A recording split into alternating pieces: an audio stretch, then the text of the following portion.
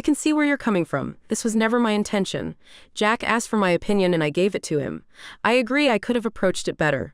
Also, the one thing where I may have been a bit of an was not asking Jack why he wanted to split the inheritance.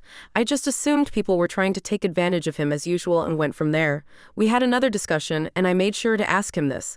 His reasoning was that he felt his father was unfair and he wanted to do what he felt was right. He said he had no delusions that this would magically fix things between him and his siblings and they would become one big happy family. That being said, Jack had a discussion with his lawyer and his father's lawyer, who was also his father's friend. There is very little to no chance for the siblings to contest the will. The father knew what he was doing, and as his lawyer explained, he had his reasons. Turns out the father did realize he was a bad parent and tried to rectify things by reaching out to his kids when they were all adults. The other two never bothered to respond, despite multiple attempts. Jack, being the sweet guy, he has never thought twice about it, and reconciled the first time.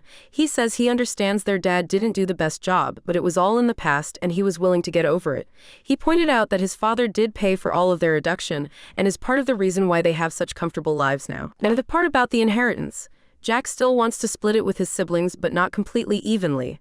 His father's lawyer made it clear that it was the man's last wish that the majority should go to Jack, so Jack is going to honor that, just not be so extreme about it. Jack will be keeping around 60% of everything and splitting the other 40% evenly between his siblings.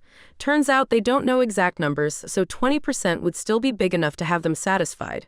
His father's lawyer says he's going to make it very clear to the siblings that this was all Jack's money, that he's giving to them out of the goodness of his heart, and they are in no way entitled to it.